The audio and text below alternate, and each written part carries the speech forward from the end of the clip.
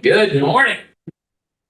All you Eastern Shores and lifelong learner lovers. I get that right, put the comments in the right place. It says it correctly.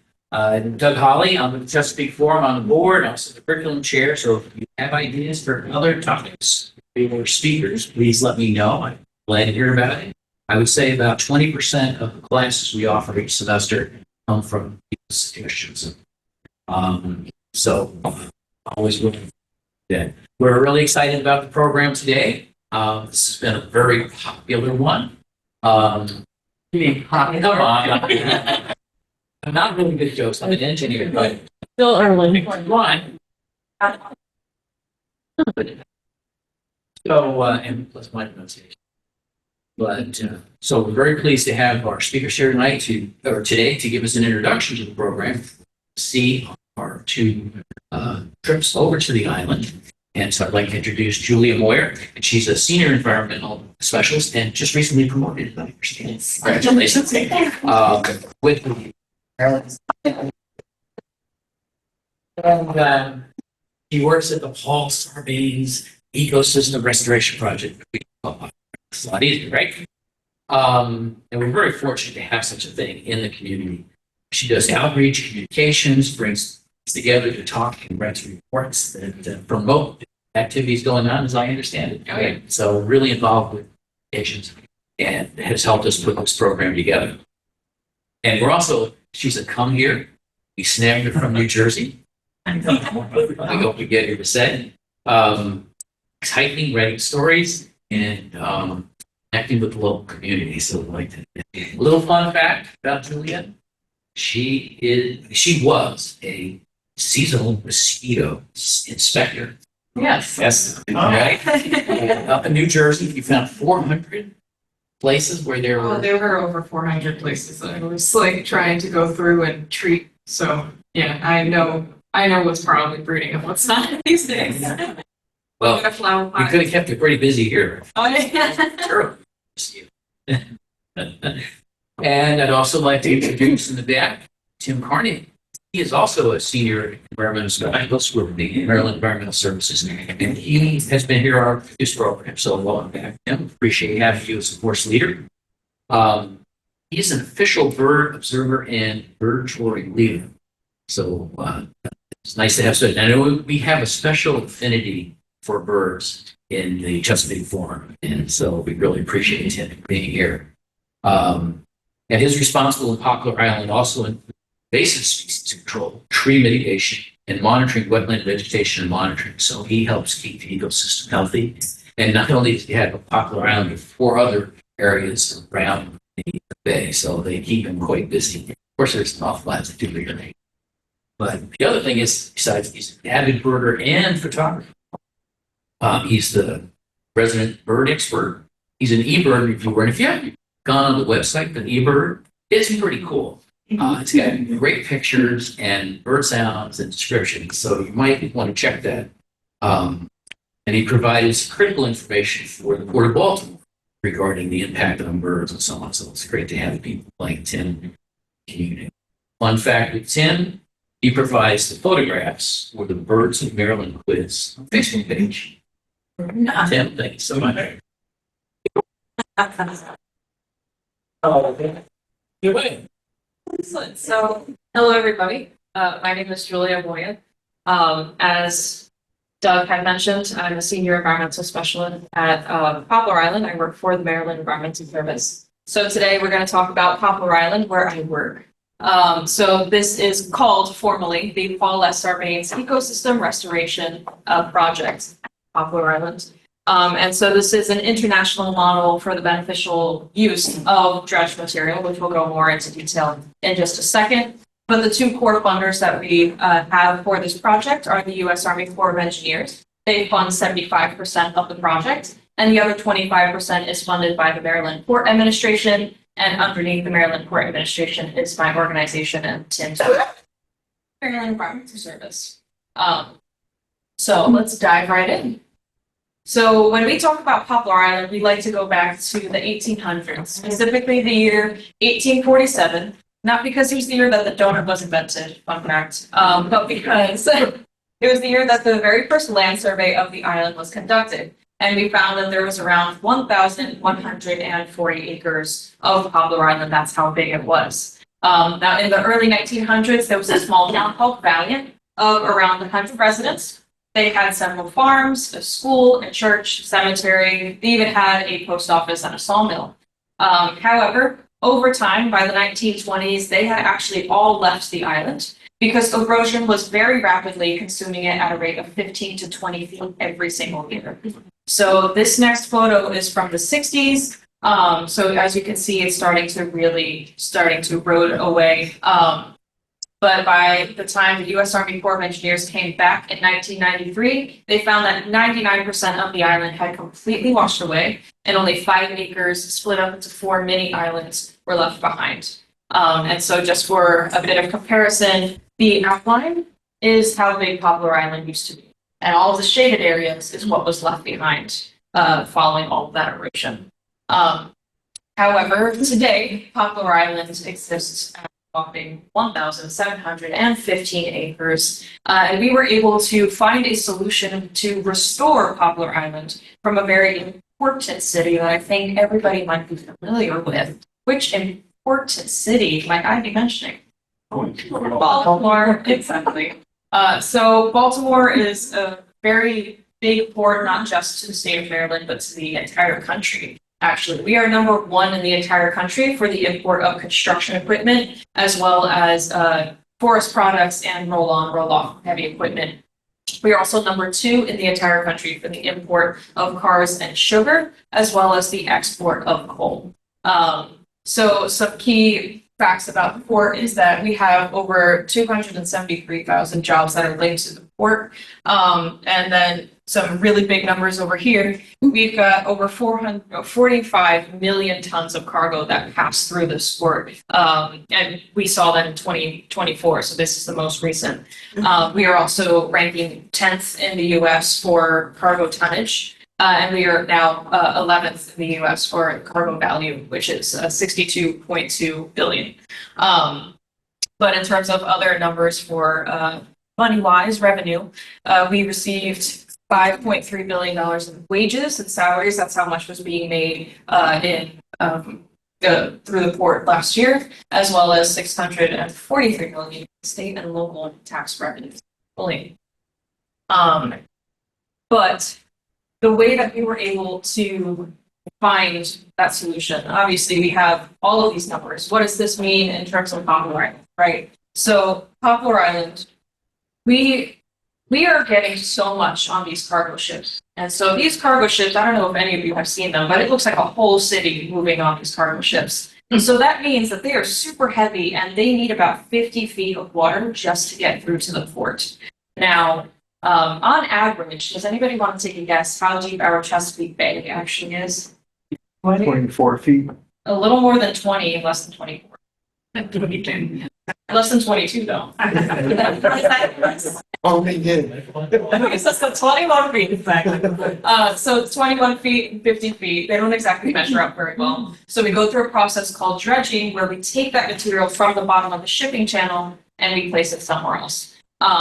However, in the state of Maryland, we don't do what's called open placement, where we take that material and we just kind of throw it wherever. We don't do that for a couple of reasons. Number one, we realize it's probably not the best idea to just be dumping random dirt on marine habitats, and we really care about marine wildlife out here. And number two, if we were to take it all the way out to the ocean, that's going to be extra money, and at the end of the day, we want to keep things as cheap as possible. So this next video is going to show a little bit about that process of dredging, and talk a little bit more about that.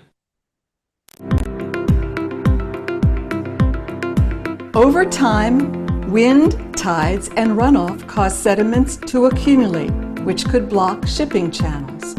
The process of periodically clearing the material from shipping channels is referred to as maintenance dredging. To maintain the channel's proper depth, a clamshell bucket and crane barge are used to remove sediment and place it in a flat-bottom scow, which is then towed away to a containment facility. In order to protect the marine environment, maintenance dredging typically takes place in fall and winter. Approximately 5 million cubic yards are cleared from the Chesapeake Bay channels each year. Of that, 1.5 million cubic yards are removed from the Baltimore Harbor alone. Awesome. So to talk a little bit about how dredging works with Poplar Island, we start off with how we design the island. So when we started off with mapping everything out, we looked at it a lot like a puzzle. And what do we usually start off with when we start a puzzle? Eddies. The edges, exactly. So we created the perimeter of Poplar Island, and first and foremost, we created the perimeter to the original size because we didn't realize it was actually much bigger, but we'll get into the details of that in just a second. So the original size of 1,140 acres. So this is the original outline of Poplar, and we created that out of sand. Then we also split it up into smaller sections, which we refer to as cells, because it's a lot easier to start off with smaller sections than trying to go about the entire 1,140 acres all at once. On top of that, since we are pretty much the first of our kind to restore with this type of dredge material, we wanted to make sure that every time we're restoring, we're actually approaching things properly. There's a lot of lessons learned throughout this process, and that's one of the great parts about this project is that we also have an adaptive management plan, which allows us the opportunity to shift gears if we find that something is not actually working. So that's how we started it off. But if we were to create the perimeter out of sand and just leave it there, what do you think is going to happen? Erosion. Erosion's going to happen all over again. So a method that we implemented is to have a type of stone arming the entire perimeter. And coincidentally enough, we refer to it as armor stone. So this stone is a lot like riprap, if you've heard that term before. The main difference on the island is that armor stone in riprap can be up to 400 pounds, but armor stone on the island can be between 400 to 4,000 pounds, depending on where it's placed on the island. We get a majority of our wind and wave action on the west side of the island, so that's where all the heavier ones are going to be. So we armed the entire perimeter of the island, so that way we can ensure that erosion wasn't going to be that big of an issue while we were starting the project. And the other reason why we chose this type of stone is because it takes about 150 years to even start seeing the effects of erosion on the stone. So what happened in Poplar Island before, we wanted to make sure wasn't going to happen again, at least giving the island a fighting chance to establish itself before it becomes a real threat. So the way that we set up all of that is that we did the armor stone and we had some geotextile fabric to keep that sand inside and then had the armor stone on top. And so this is just pretty much what it looks like as they're building along the perimeter. Once all of that is set up, now we can start bringing in the dredge material. So we started the perimeter in 1981. That's when we officially started construction, and then we received our very first shipment of this dredge material in 2001. So the way that that looks is, as the video had talked about, we go down with a big clamshell bucket, which is exactly as it sounds, a big clamshell looking bucket, down to the bottom of the shipping channel, and we bring up that dredge material and place it in this long boat, which is called a scow. These scows can hold up to 8,000 cubic yards of that dredge material. Just for frame of reference, 1 cubic yard is about the size of a hot tub. And so this is what it looks like when we bring it over. When we bring it over, we actually mix it with water and we create what's called a slurry, which is a lot like chocolate milk, where you got to make sure that you swish it all up. That way you can have the dredge material and the water going out. Because what we do is we hydraulically pump it to each individual cell on the island. And this is just a little video of what that looks like. Definitely looks like chocolate milk, would probably something you don't want to drink. Would not advise. But we do that primarily because around Poplar Island, it's relatively shallow. And if we were to try and go up to each section of the island right next to it, that would just be a lot of dredging every single year trying to get that sand out of the way. So it's just, it makes it a lot more easier to go up to certain points on the island and set up pipes so that it can be hydraulically pumped. Now, when we have all of this, we have a whole mixture with water and the dredge material, but we just want that dredge material.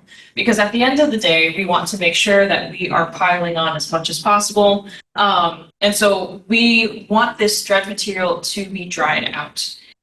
So right now in this photo, this is undergoing a process called crust management. And why do you think this is called crust management? Well, it looks pretty crusty to me, I would say. So exactly. So we want it to be as dried as possible.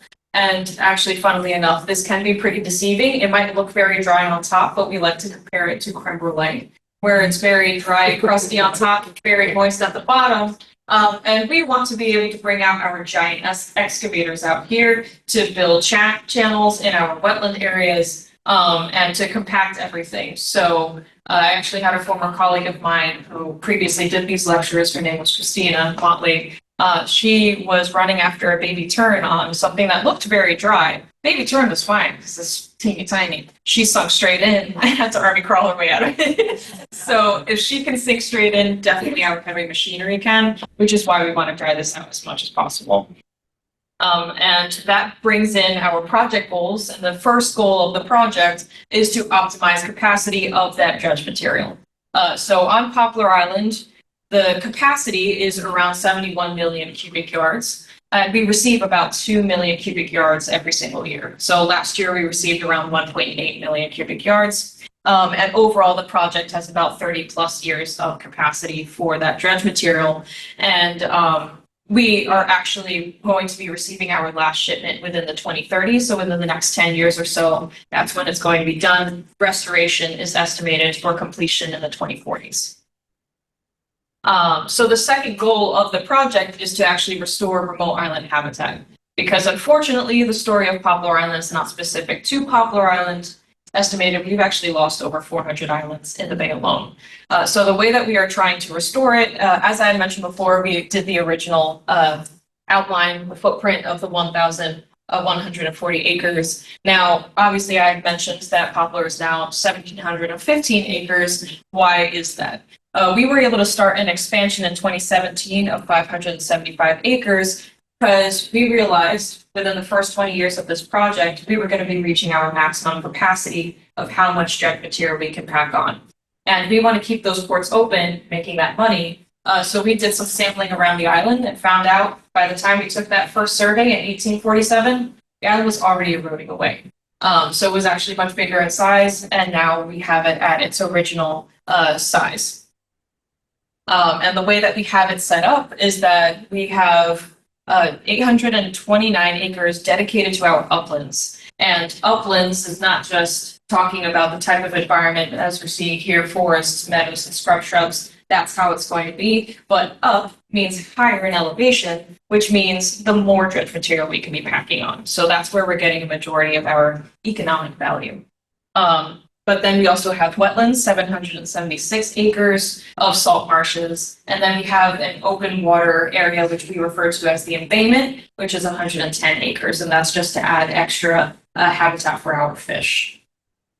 But once we have all of that dredge material done, the restoration side of things is that we actually hand plant every marsh grass that we will see in if anybody's joining on the field trip, that we will see in our wetland cells. And so we hire out a organization called ERNM, Ecological Restoration and Management. And they had come out and did that. I think they were here in 2018. Before that was Environmental Concern. And before that, we also had volunteers from National Aquarium. So a lot of people have come out. But to show just the process of how everything looks, we will start in April. So this is cell 1C in April 2011.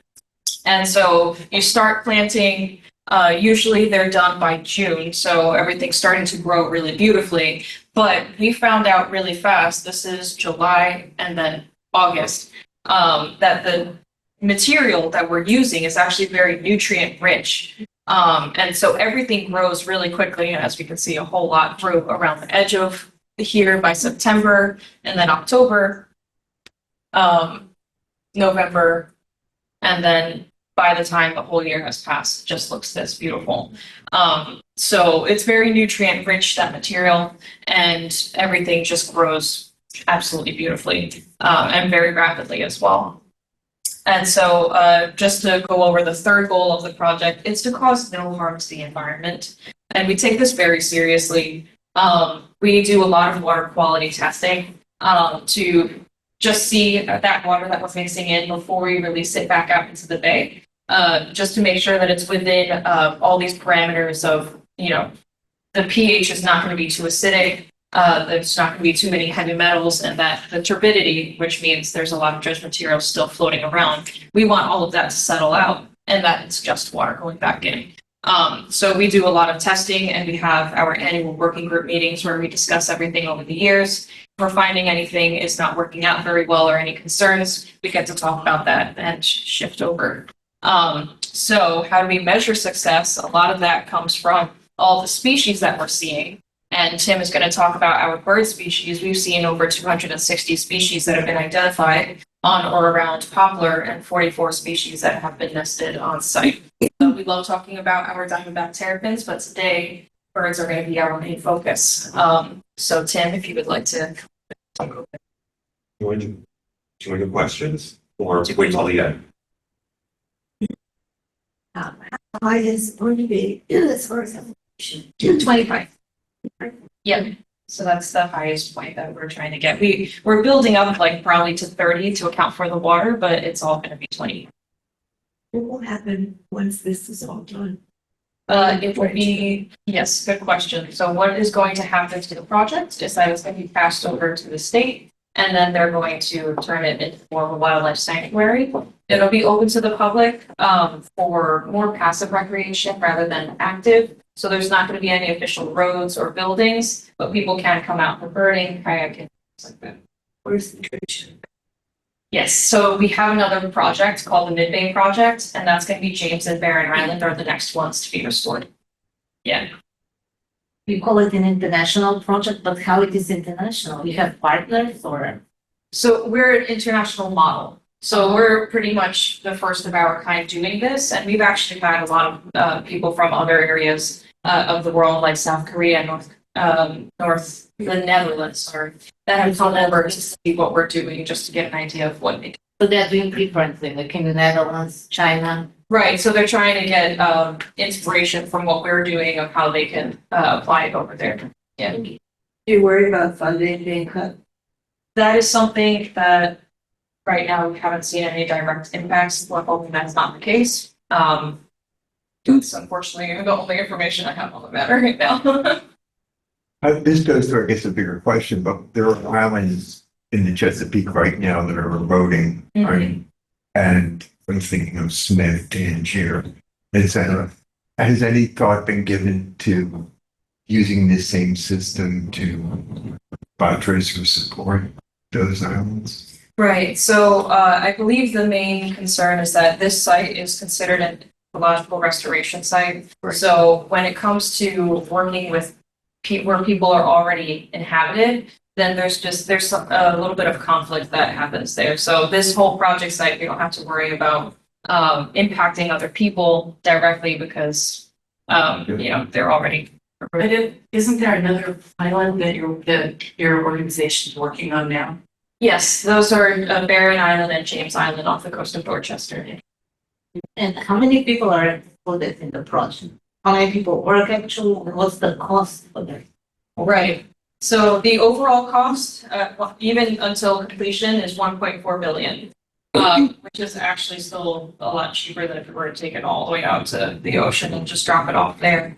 But there's a lot of different partners involved, and I actually have a slide towards the end of like a list of the partners. But we have NOAA, U.S. Fish and Wildlife Service. We have University of Maryland Center for Environmental Science. There's a lot of different studies that are going on the island. Do they have any problem with the dredge having any dangerous chemicals in it or stuff? Right. Do you have to do anything? We receive that question a lot. And I actually just found out technically, even at the other sites where it's just containment and not for restoration, we haven't seen anything that's considered toxic. But definitely here on the island, everything we receive is considered clean and for restoration purposes. And for the wildlife, do you actually bring something on the island or it repopulates itself? No, that's the best part. Everything that comes over to the island comes over there on its own. So obviously the birds we know will get there because they can fly. But we've seen deer on the island, frogs, we have mice and snakes. So we have a lot of different species that have made their way over. If there's a real deep freeze, they can walk over from Tillman. Oh, It's all the way Yeah. from Tillman to Poplar. Deer have made their way over and up in Hart Miller. And then Baltimore and Hart Miller Island is a lot closer to the land, but when it freezes, we have 2 acts of coyote. Two different fox family groups. There are 2 squirrels. There's 1 raccoon. And there's no opossum, and I think we have there's a turkey. We had a turkey come over, and I looked it up on Birds of the World online with a lot of historical data. They clocked a turkey can fly up to 0.99 miles in one flight, and Hart Miller's 0.91 from the mainland. So it could have flown in one straight shot over. There was a turkey on the road, and it wasn't from us. But this might be a stupid question, but the deer and other animals, they need a fresh water, right? Or is it? There is fresh water that when it rains, there like puddles form on the road. There's ponded water. A lot of the wetlands are, I guess, fresh enough because I've seen white-tailed deer in the marsh. So I mean, they're doing okay. So yeah, but So you said there's 1 raccoon, so is there any conversation about bringing a partner for that? I don't think we really. There might be more. I've only seen 1 at a time, but the 1 turkey was a female, and we thought, well, maybe we could bring. Right. And then one day a pheasant showed up, and So you just. we just kind of let things do what they do. I think rather than introducing, we control for mute swans because if they are left untended, they'll take over everything and destroy the wetlands and outcompete the native waterfowl. We don't want that. But I just give my numbers to DNR and deal with it. But I want to try bobwhite poplar because bobwhite quail just plummeted. I don't think there are any native accountable for the birders, like the purists and of the listing community on the Western Shore at all. I think the bobwhite are just gone. Any bobwhite on the Western Shore are hunting releases. Eastern Shore, I think we've got a few wild real populations out there, but poplar, if we don't have any foxes and we've got upland habitat, it's something that I threw out. But we'll see. So yeah, I think that's a good segue, right? Yeah, one more. So since this erosion is a natural process, if I understand, this is really an economic model to help keep the channel open to drive port revenue. And that's why the government's investing. That kind of, because it's a natural, since this is a natural thing, we want to preclude more erosion so that we keep shipping channels open. That pretty much the impetus for the government to do this. So primarily, if it weren't for the need to beneficially reuse this material, we wouldn't have Poplar. Right. That's what I mean. Yeah. Exactly, yeah. Also, they're kind of out of room in the Baltimore Harbor. So there's an imaginary line called the North Point Rock Point line. So from North Point near Dundalk down to Rock Point on the Anne Arundel side, any dredge material from there up into the harbor can't leave the harbor. So we can't dredge that material and take it to Poplar. But any material dredged below that line can't go into the harbor. It has to stay separate. So the harbor sites are a lot smaller and they're actually building them up so they have the capacity. And without that, they would have nowhere to put that material unless they undid that legislation. So Poplar is helpful because Baltimore can't handle that material from the lower bay. There's no room. Okay. What precludes a hunter from going on the island and shooting birds? Tons of people. Yeah. Highly mine. definitely on Poplar. It's an active federal construction site, so you would be trespassing if you went onto Poplar. Art Miller has duck blinds around here, like you just can't hunt all of it. So, you know, can offshore, that's totally legal.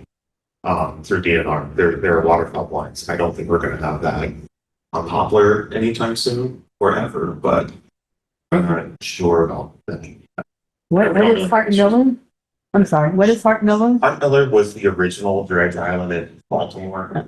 So it's off of Essex. They started building it in 79 and finished the outer perimeter dike in 1981. And then they filled it almost to capacity, but the agreement was no dredging after December 31st, 2009.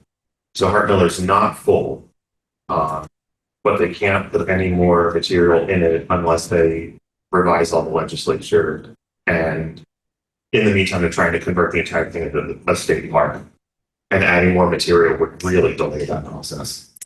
So, Do you see in the future, or when it's quote unquote done, do you see in the future a concession license, if you want to call it, for a private party to provide service to the island from Tillman or wherever, for people to go, free and easy go tours?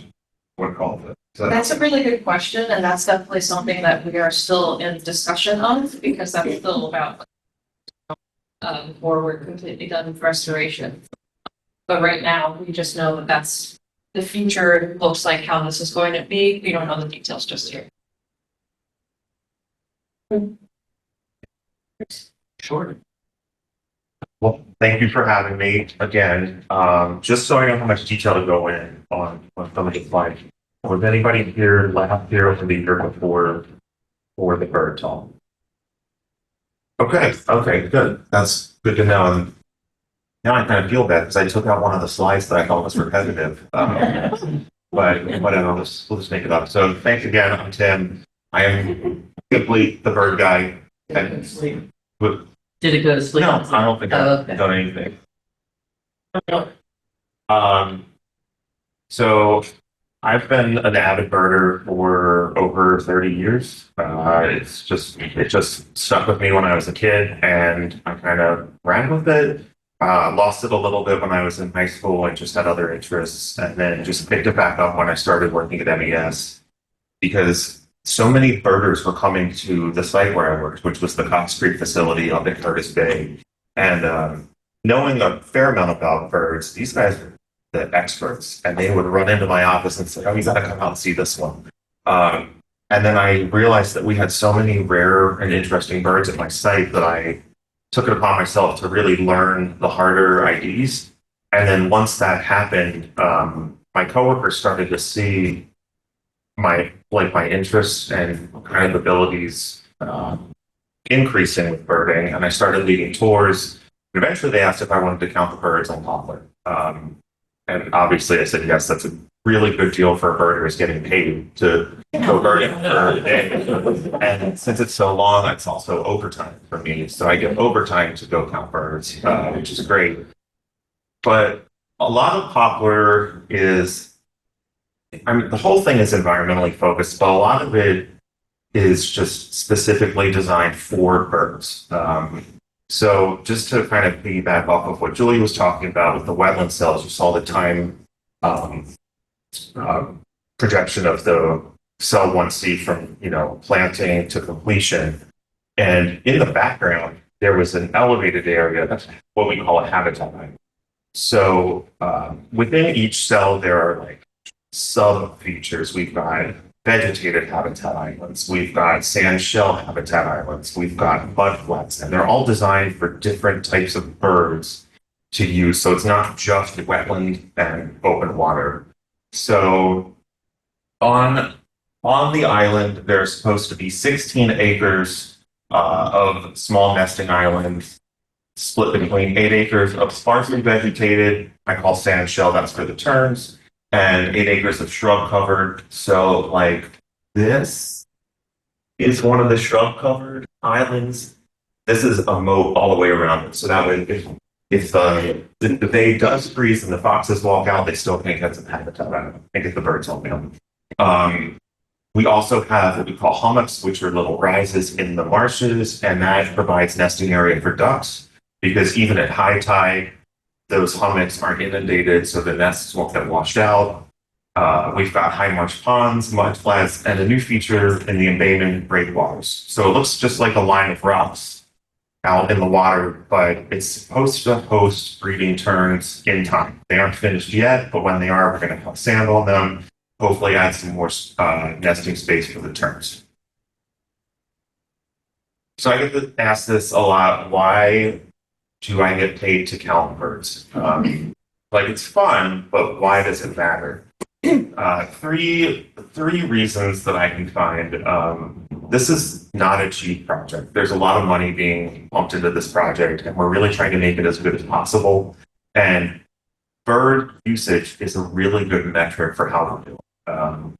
You know, we can say this species wasn't here a year ago, and then we planted, or let's say this species wasn't here 3 years ago, then we planted this wetland cell 2 years ago. Last year, the species moved in, and now this year it's breeding. So we can use the birds to gauge how we're doing with the habitat restoration. And we can also use certain kind of birds, RTE, rare threatened endangered birds, to say that are in decline or limited populations in Maryland as a whole are thriving out of the island. So that's one reason. Is that connected to insects? Because I know insects are a good way to judge if something is healthy based on, you know, an environment is healthy based on the types of insects. Since a lot of birds eat insects, there a correlation?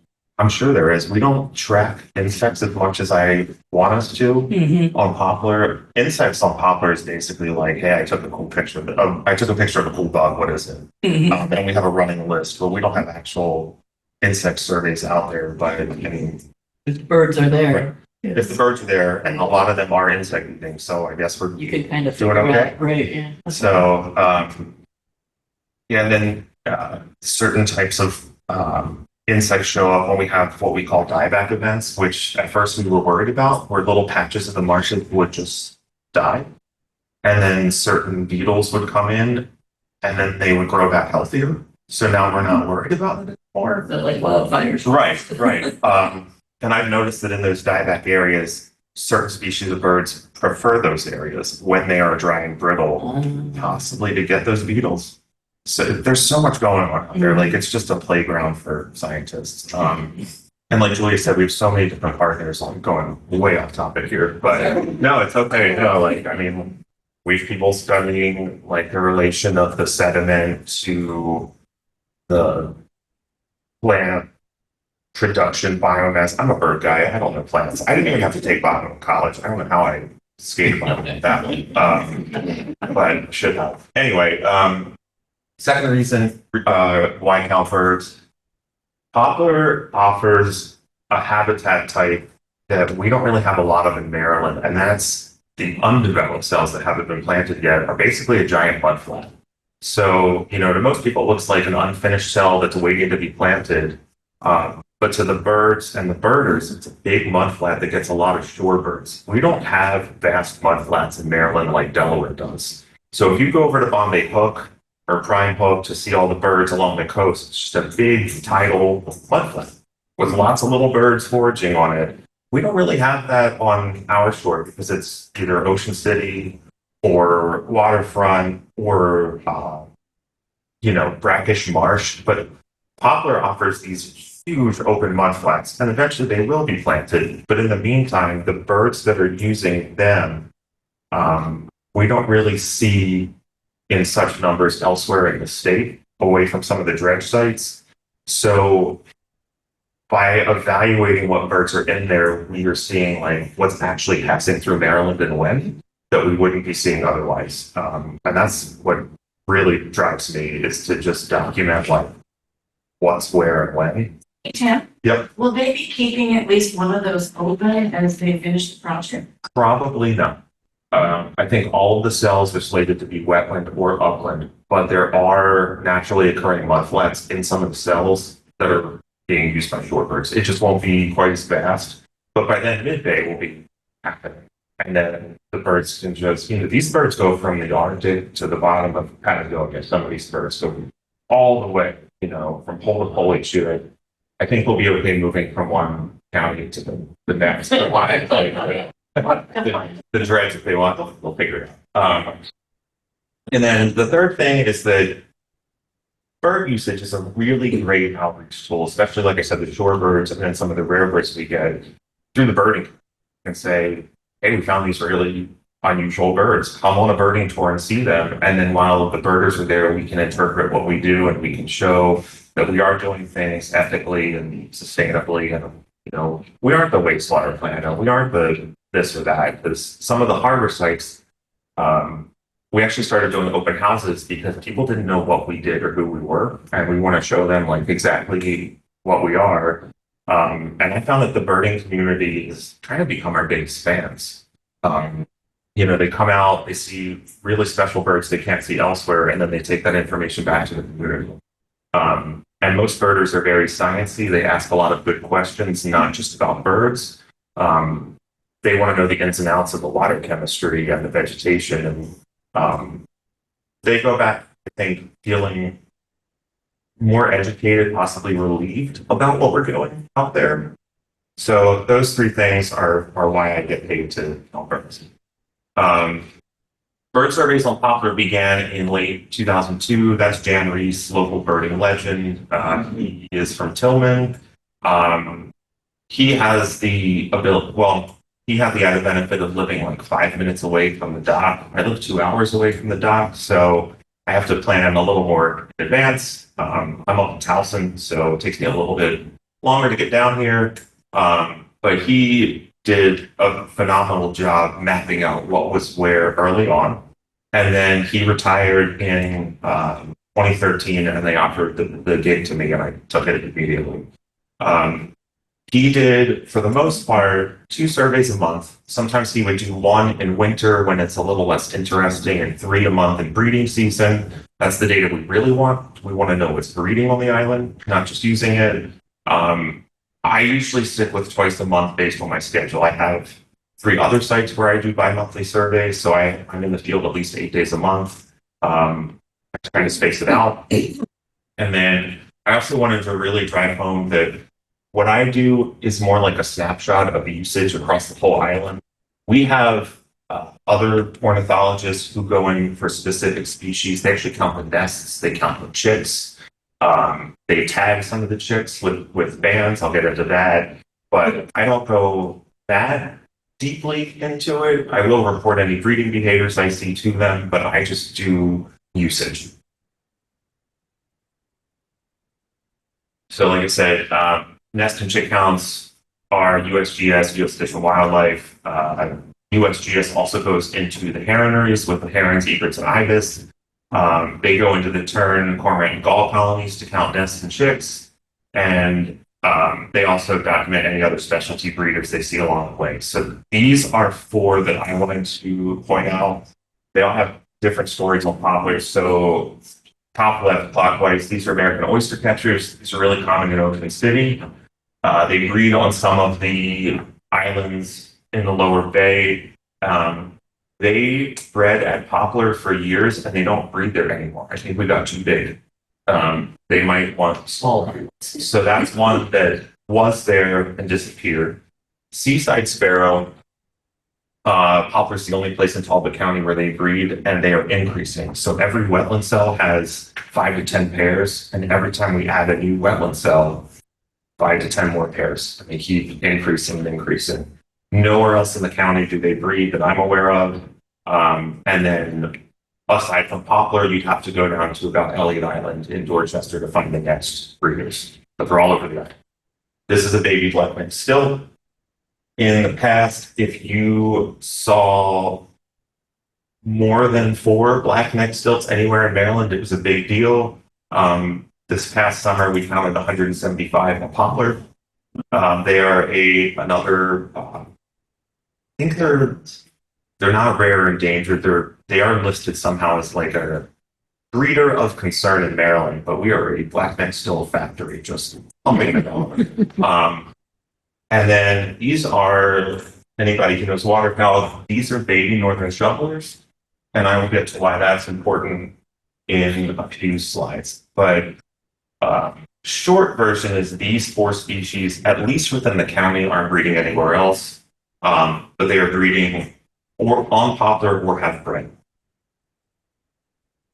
And not just breeding birds, poplar hosts huge amounts of winter waterfowl. It's easy feeding for some of the bay ducks because we use bay water to pump into the cells, but it's a lot shallower than the actual bay, so they don't have to dive as far down to get the food. There was one day in late 2014 where I estimated almost 25,000 ducks. That was a challenge. There were so many. I just took pictures from left to right of the whole raft. And I estimated by 10s and by 50s on my computer. It took about 2 days. There were so many birds up there. I haven't hit that number since then, but I think I've gotten some 5-digit numbers since then. Shorebirds, like this buff-breasted sandpiper, moves through from April through November. That's the big draw for the birders. Like I said, you can't really see them elsewhere in the state, except Poplar Island, but that's also kind of difficult to get to. And then we have some birds that overwinter on poplar that you can't find elsewhere in the county. Black-crowned night heron. This is a juvenile in one of the old barges that they left on the island. There are these big rusted metal barges they didn't know what to do with, and they said, let's just leave them and see what happens. Huge bird colony nests on them in the summer, and then in the winter, the black-crowned night herons overwinter in them, blocks the wind.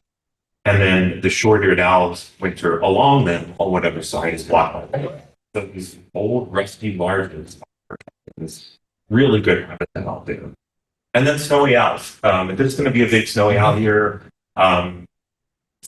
we will know in late November because poplar or acetique will get the first one. And if we have one in late November and then we have a few more, it's probably going to be a big year for snowy owls if they show up that early. This is new. I put in all new pictures, so I'm trying to figure out the slides. Okay. So since restoration began in 2002, we have documented 272 species on site. Going to apologize to Julia because the slide she said was 260. I added a lot of birds in that. I forgot to tell you. I had 5 new ones on Friday. It was crazy. Like normally I add 1 to 3 new ones a year, but Friday I went in the rain and I think it knocked a lot of birds down that were migrating. They were just little birds, like woodland birds everywhere. We got 5 new species on Friday. So since the last time I gave this talk, we've added 11 new species. 9 of them have been on-site using the island. 2 of them were offshore using either one of the outlying islands or the Harlequin duck that was in the bay. If it's floating in the bay, I don't count it as on-site. It needs to be touching something that we place there. We had 31 breeding species documented in 2025, and there were 16 others that were almost certainly breeding. We just couldn't find a nest or we didn't see the young, but they were there all summer. And then later in the summer, like full grown juveniles were there, but we didn't, totally confirm. And this number fluctuates a lot. I think we have about 65 species that have either bred on site or probably bred on site. Some of that is anecdotal. Some of that is from birding tours with the birders saying, oh, we saw young of this and that, but nobody really confirmed it. So we have this very annotated list of like totally definitely confirmed to probably a mistake, but let's just keep it anyway. And then since the last time, that's a list of the new species. This is not a new species, but the one I wanted to highlight, this is a king rail. The only other one we had on site was in the winter about 10 years ago, but this spring we had a very territorial male show up in one of the cells. First time I've ever seen one in the county, and we think it hybridized with the clapper rail, which is the expected rail species out there. I don't know if anybody knows rails. They're like marsh chickens. King rail and clapper about this big, Virginia's about this big, and when they turn, they flatten themselves like latitudinally, like skinny as a rail, and they can run through the marsh grass. It's almost like this. Instead of like a full round chicken, it just flattens itself.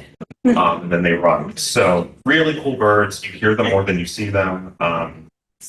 I get them I play the call and I count how many calls because I don't really see them.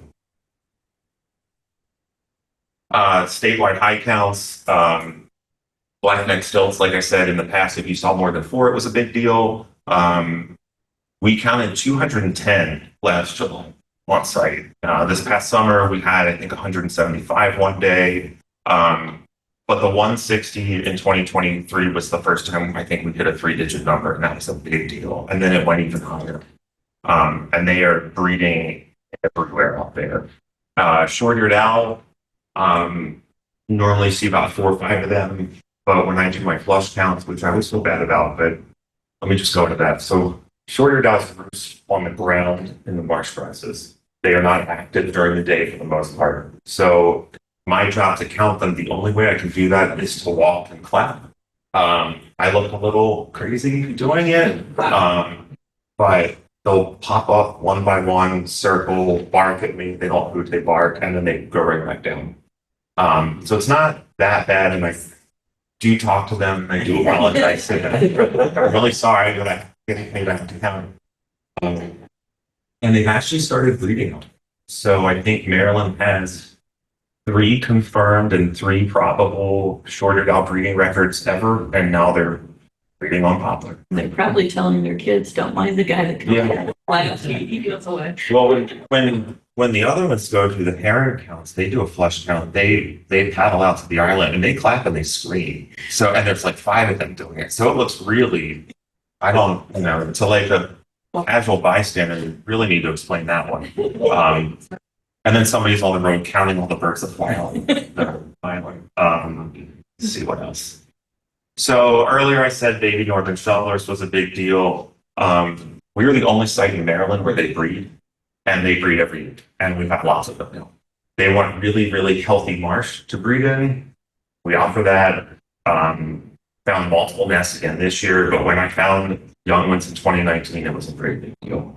Before that, I think there were maybe 1 or 2 breeding records for blackwater in the 80s. That's it, as far as Maryland. Blue-winged teal, they bred in 2022. I haven't found young since then, but there's only one other spot in Maryland where they breed, and it's a very unusual big farm pond in Frederick County that you can't access because the birds got kicked out for some reason before my time. I don't know what they did to get kicked out, but they used to be able to walk in and look at the birds, and now they can't. So there's one guy that scopes from the road and he is able to see the baby blue-winged teal from like a quarter of a mile away.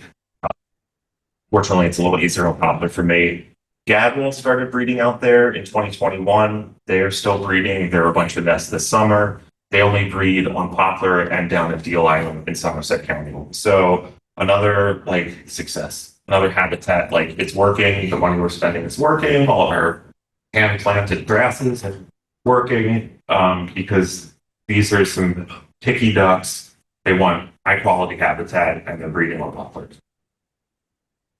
The heronry, kind of blurry, but the habitat islands that I mentioned, the herons, egrets, and ibis breed in them. What you see there, if you were to paddle out and clap, that's about 10% of what's actually in there. It is crazy to me how many birds hide in there. So these are pairs from this year compared to the past 2 years. So this year they estimated 800 pairs of snowy and cattle egrets. They combine them because the young look the same, and there's so many that it's just almost impossible to break it down by species. But 800 pairs is 1,600 adults plus all their young. They get produced there and disperse. Little blue herons, my favorite. They used to not be in there at all, and then there was 1, then 2, then 17 pairs. 3 last year, not sure what happened, up to 32 this year. Black-crowned night herons increased, and glossy ibis almost doubled, up to 335 pairs. And that's all on one island in the middle of a cell that's 8 acres, 6 acres. All those birds packed in there, breeding, producing young. Wait. Let me make sure I'm correct. Those are last year. We don't have this year yet. But still, They're increasing. And this year I heard pretty similar, and now great egret is probably breeding in there, and maybe great blue heron. What So do those birds typically? fish. So they are shallow water weight and staff fish eaters for the most part. Frogs, crabs, I think, large invertebrates, small birds, small mammals, but entirely carnivorous, mostly fish. Have you seen any eagles? We have, for the first time ever, I think 2 years ago, a pair of eagles decided to nest in two of the large trees on that island, and the egrets and herons were okay with it. I was very surprised. But the eagles were wrapping up by the time the herons moved in. The eagles started in December, nesting, and then the young usually fledge in June. The herons don't move in until April, and then they start to fledge in July. But they coexisted somehow. In the past, we had many pairs on Coach's Island, which is the outlying island on the southeast side of Poplar, and they would come over and feed on the Poplar project, but they didn't actually nest within the perimeter until 2 years ago. So one pair on the island, about 3 to 5 on Coach's, and a pair on Jefferson Island that I have no idea what they're interested there. They used to nest there, but it stopped. I think they came over to the heron spot, and then another pair tried to move in, but doesn't know what to do with them. But the one C pair on Poplar fledged too young this year. I said that some of the other ornithologists go in and count nests, eggs, and chicks. This is a young common tern, which is a state endangered breeder. Poplar has the largest common tern colony in Maryland. Unless that tern raft down in Cinepussin Bay is bigger than us. I think we're still the largest one. And they put these field breathable metal bands on the legs, and one guy just sits at a lawn chair with a scope and tries to read the codes on the legs of the terns, which sounds crazy, but it's really interesting data. It's like, well, this one hatched here 5 years ago. This one hatched here last year. One of our birds was spotted in Aruba 5 years after we tagged it on Poplar. So really, like bird banding, really interesting. We just started bird banding in Masonville and the Curtis Bay. As far as I know, we're the only urban, like full-time banding station in the country. Getting some really cool data up there too. But every year they go out and they try to band as many chicks as they can before they can leave the nest or have fledged, and then they breed the field bands. And I have found some of the poplar birds on Hartmiller Island later in the season. You think they all go south, but these birds went north for some reason. I think they just wander based on food availability. And the Aruba story is still my favorite one, because that's just crazy. So now we will go into work. How am I on time? I think we've got 31 minutes. Oh, okay. So I said shorebirds are the big draw at Poplar because, undeveloped cell, vast mud flat, lots of birds. Shorebirds are sandpipers, plovers, oyster catchers, things like that. These are left to right American golden plover, Hudsonian godwit, semi-palmated plover, long-billed dowitcher. This one's like a mini killdeer. Most people know killdeer. One band across the chest instead of two. So 1 and 3 are plovers, 2 and 4 are sandpipers. These are the big eye-catching ones. None of them have color. I think they're beautiful. They're just not colorful. They're all very earth tone. But what you normally get is closer to this, where there are thousands of very small brown ones all the way out. I thought you were supposed to count them by ones when I started. That didn't go well. The minute an eagle flies over, they all leave. So I quickly learned the art of counting by tens and sometimes counting by 50s. Right, this is 50, then 50, 100, 50, 200. And I'll get numbers like 4,250. Tim, you mentioned earlier that you've now started to count by photo. Mhm. Have you tried using artificial intelligence to do the count for you on a photo? I know a few people who have, and I think it's pretty good, but I'm still not sure that it can just differentiate between like two birds that are kind of over top of each other. It might look like one long blob instead of two independent, but some of my friends just went to Dover Bridge, and they said that they had never seen anything like it. All the purple martins dropped down to roost in the marsh, and they took photos and video, and one of the tech savvy guys did that.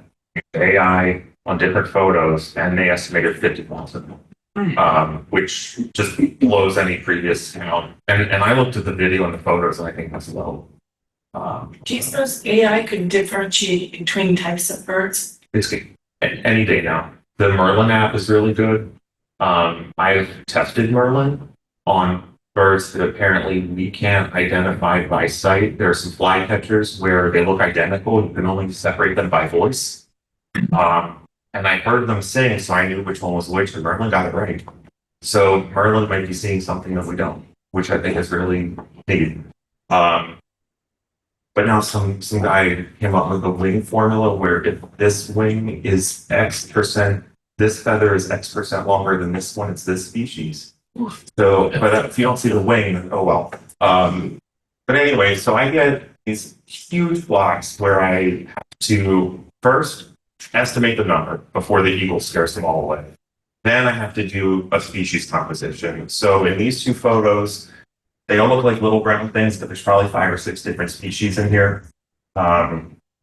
So here, there are 2 different species. They all look pretty similar, but this bird's bill has the droop, and these are straight. And if you really zoom in, these birds' legs are bright yellow, and this one is dull yellow. So that's how closely you need to see them.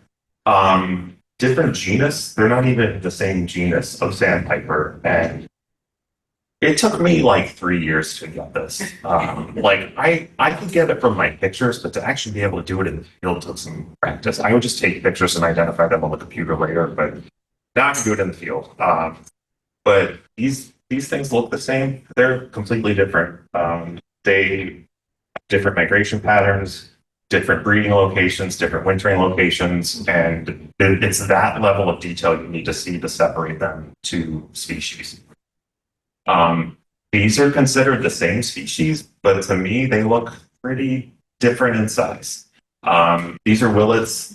Eastern willet breeds here, short leg, short bill. Western willet is a migrant that comes here in the fall. I think they go up the west coast in spring to breed, and then they migrate down the east coast in fall. These birds are next to each other, much longer legs, much longer bill, and it's a little bit paler on the back. I am still waiting for the bird people to split them. I can't believe they aren't considered 2 different species, and I want them to be, so I get another one for my list. But in the meantime, apparently this is the same species, but these are different. So, all right, bird people. These are 2 different species of dowitchers, short-billed and long-billed. Long-billed has more of a hump on the back. And there's a little bit more contrast, like darker back, brighter orange underneath, where these guys are a little bit paler. But again, you need to see them pretty closely to get that level of detail. Completely different migration patterns, different breeding locations, different wintering locations, but they look so similar. 3 different species in here. The big guys down here, these are pectoral sandpipers. The streaking on the chest ends, and then they have a clean white belly. Here's a pretty good example on this bird. These are all semi-palmated sandpipers, also known as yellow legs, black legs.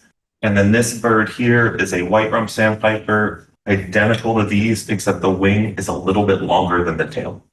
You need to see it fat closely. And from the side, it's a little bit grayer, not brownish gray. It's grayish gray. So Breed up. Being there are some hybrids, but they're hard enough to ID like this. But to see a hybrid, I'm like, And then some of them have longer bills than the other ones, and that's like an older male or a younger. I mean, But to her point, is that why they are so similar? I don't think it's that. I don't know. For me, it's just kind of, I need to go into that a little bit more. I'm not good with the evolution stuff. They're probably branched off of. Yeah, way. one common ancestor, but in the meantime, as of 2025, these are 3 separate species. This is the same species. This one's just in winter plumage sooner than these are. To me, this is a good example of like the opposite being true, where these birds are completely different colors and look vastly different, but it's the same bird, just different plumages. So these are still in breeding. This is in winter, more dowitchers. And that's enough of that, because shorebirds are very confusing, and if you do it for too long, it will drive you crazy. So, but that's just kind of the point was to see things this close, you need to pretty much go to Poplar or Hart Miller or a few very smaller sites in Maryland. But for the most part, Poplar offers the best viewing opportunities than in Hart Miller of shorebirds in the state. Otherwise, you have to go to Delaware. So this is the big draw for the birders, is to get to study them up. Their knowledge of what's going. So moving on, I said there are a bunch of rarities on Poplar. This is still my favorite. I found this bird in 2017. It looks like a normal gull, but Sabin's gull breeds in the Arctic and winters at sea. They just float on the ocean and pick at plankton. They don't need land. And one was on Poplar in September 2017. And it was the same day as a birding tour, and we were able to get them up there. Everybody got to see this like rare bird, most of whom had never seen before and probably haven't seen since. And it's just right there. And it's, I think there's only like 11 records for Maryland ever, and most of them were just people on a boat somewhere and they saw one fly past. So to get one on the ground, this was my favorite self-found. But there's some other really fun ones. There's a piping plover. Notice all the bands. So right metal, right light blue, and then the black left band had an orange code above a yellow band. And because I was able to read the code, I emailed the piping plover people. They named this one Little Cooper. Hatched 2012 in Michigan, resighted 2018 in Florida, and every year it goes back to Ontario to breed in the same spot. And we had it on Poplar July 2019. So because of the bands on the leg and people looking at them and reading the code and reporting what they see, we've been able to track most of this bird's movements, which I think is really interesting. And then we had another one with a slightly less interesting story, so I kept this one on there. I just think that's really neat that you can tell so much just by reading the bands. Common terns, banded, so let's see. Where did I put this on here?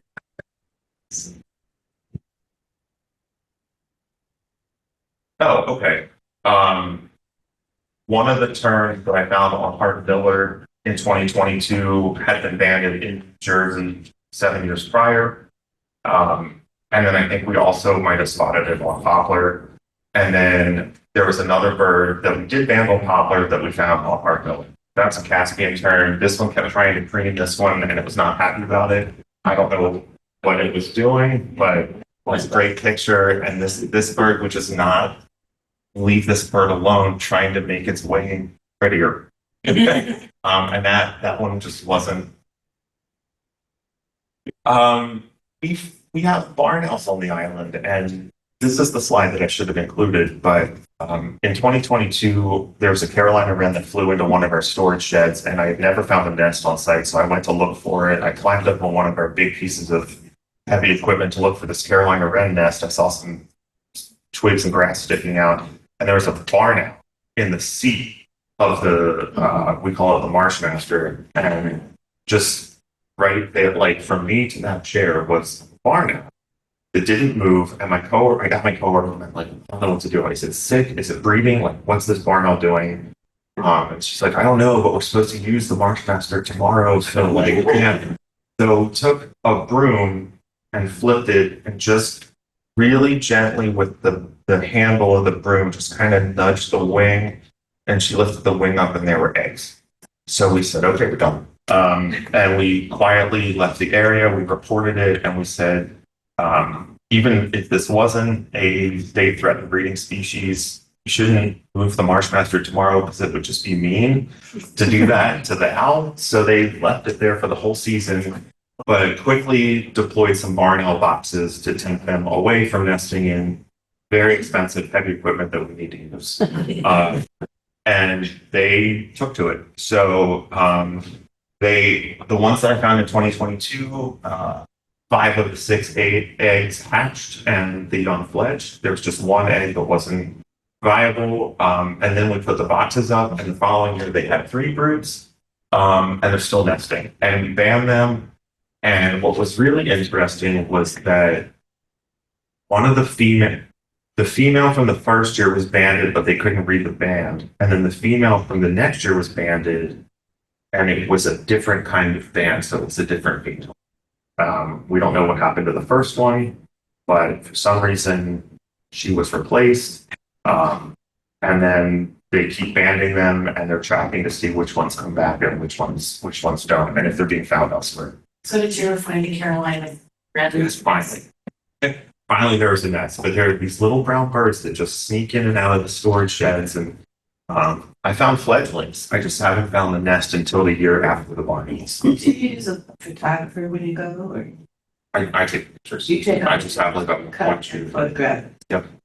make sure I document everything, especially the rare stuff, so people believe me. In birders, there are what we call stringers who report a lot of really interesting things with no proof. And I like to make sure I have.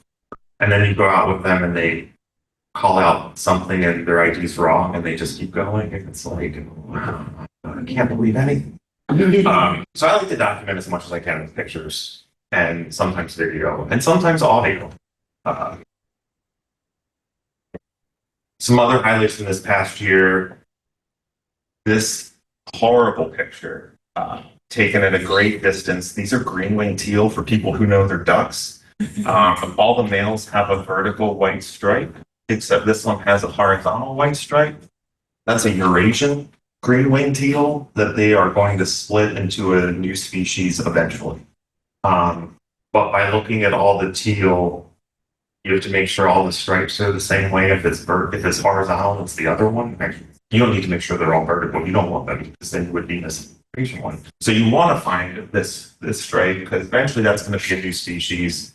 And then we also had Talbot County's only neotropic cormorant, which is a smaller version of the double-crested cormorant, but they are expanding upwards. Previously, I'd only seen them in like Trinidad or Costa Rica, Texas, but now they're coming up here. They've already had one in Washington County on the mountains. And we got our first county record last August 2024, and it came back again this year.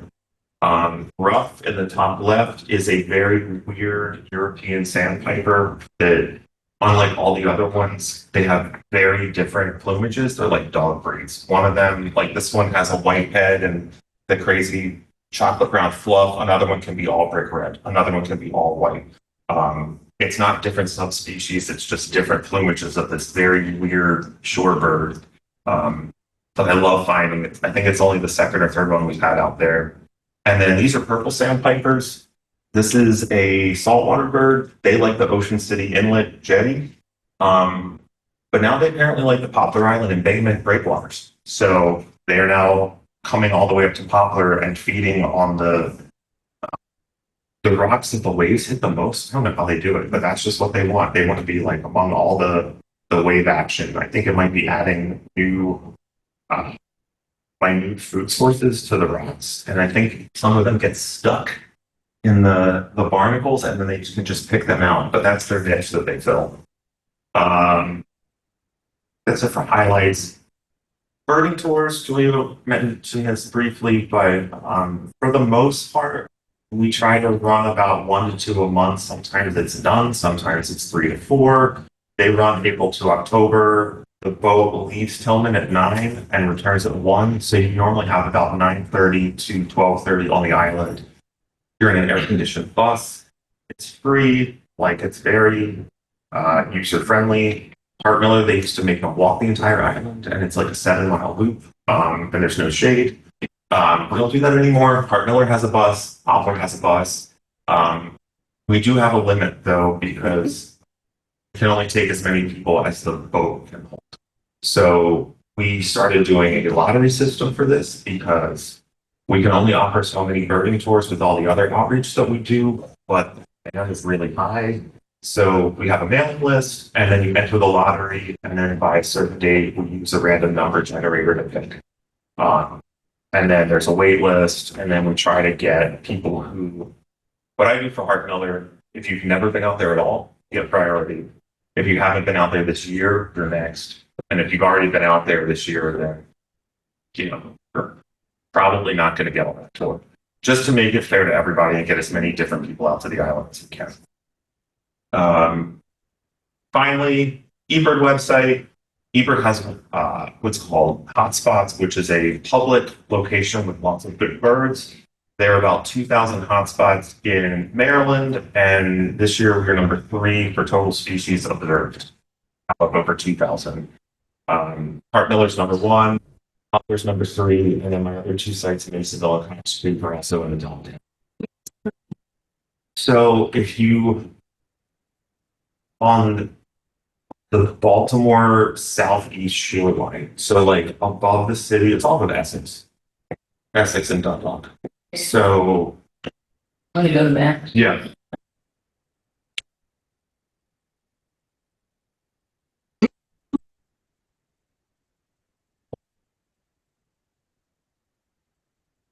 So there's the former Key Bridge, and then Hart Miller's off to the east. So North Point, and then we can see Rock Hall, but we're just a lot closer to the Essex shoreline. And we launched from here. So this is Wildwood Beach, and we have a quick boat ride out to here. And then Hart Miller, part of it's a state park, but they didn't get funding this year, so they didn't open. It was kind of sad. Because I helped them put the trails in, and they had a snowball stand and bike rentals, and hopefully next year they get funding. It's really fun to be out there. It's a ton of birds, but you know, this year just didn't pan out. So, but back to the eBird hotspots.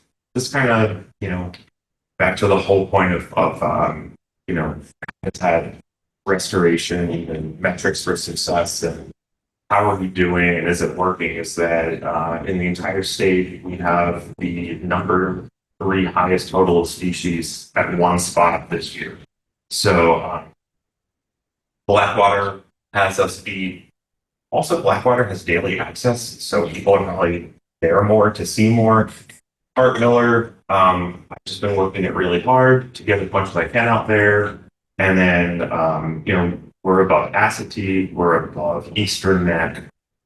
It's just really good habitat with a lot of different birds.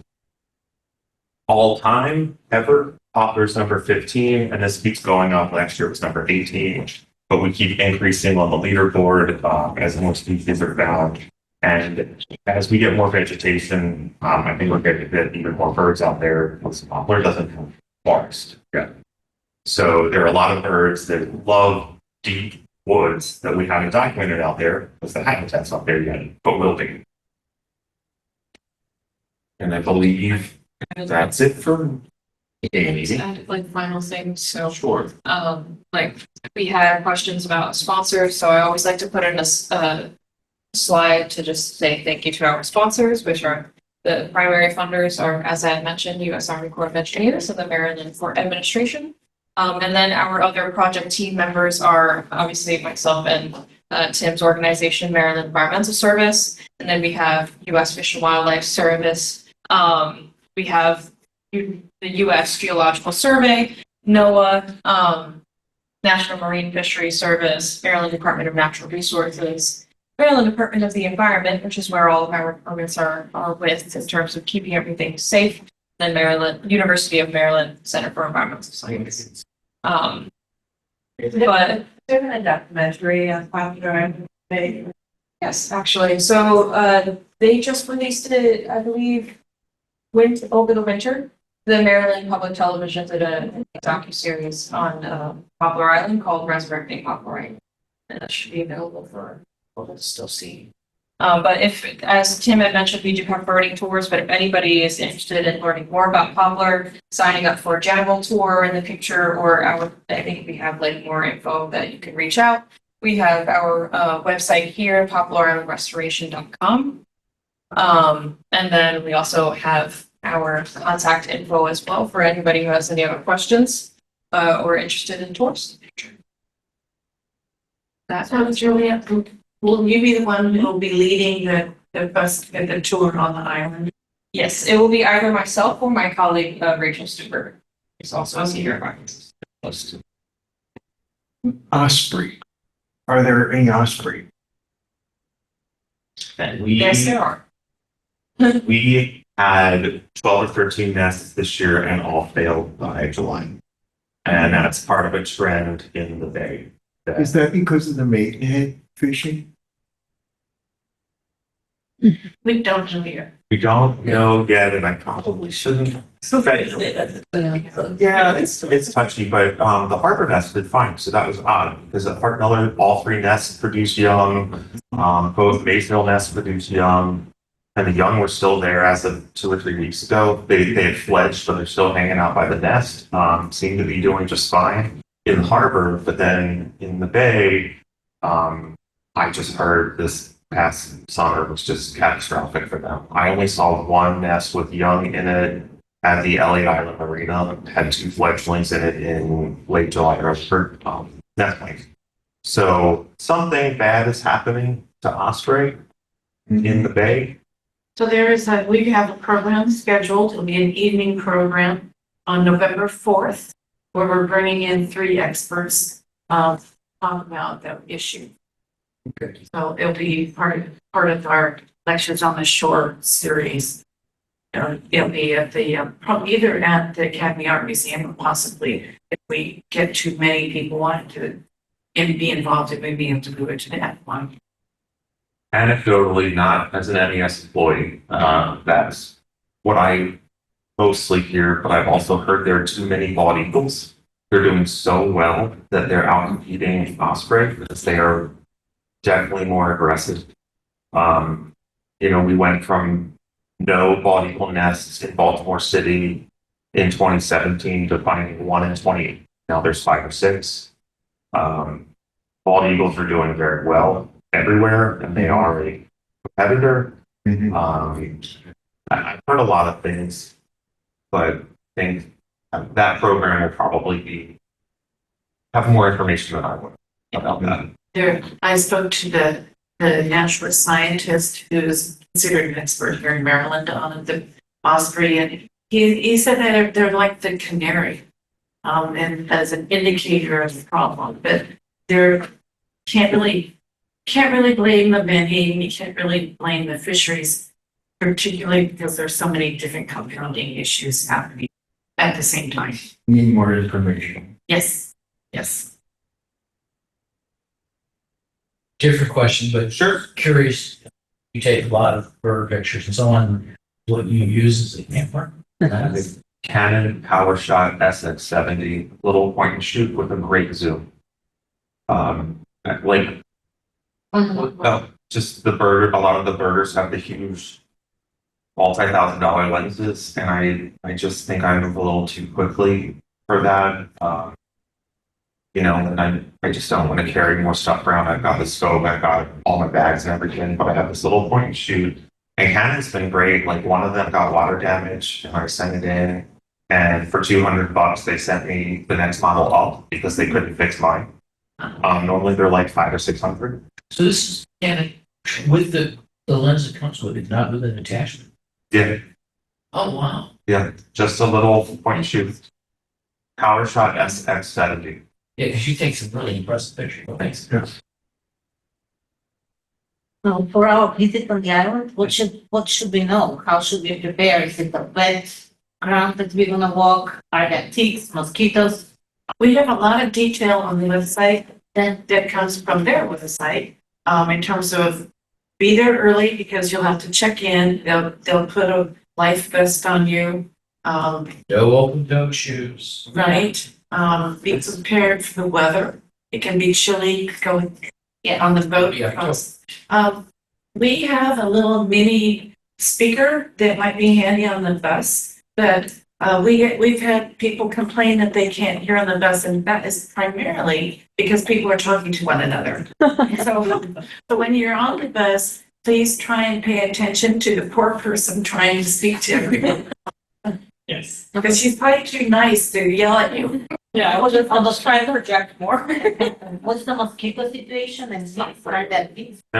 No ticks that I've ever had. I think people have had them, but they go ways to the wetlands and they're in, knee-high grass. But you guys will be on flat gravel. Easy walking.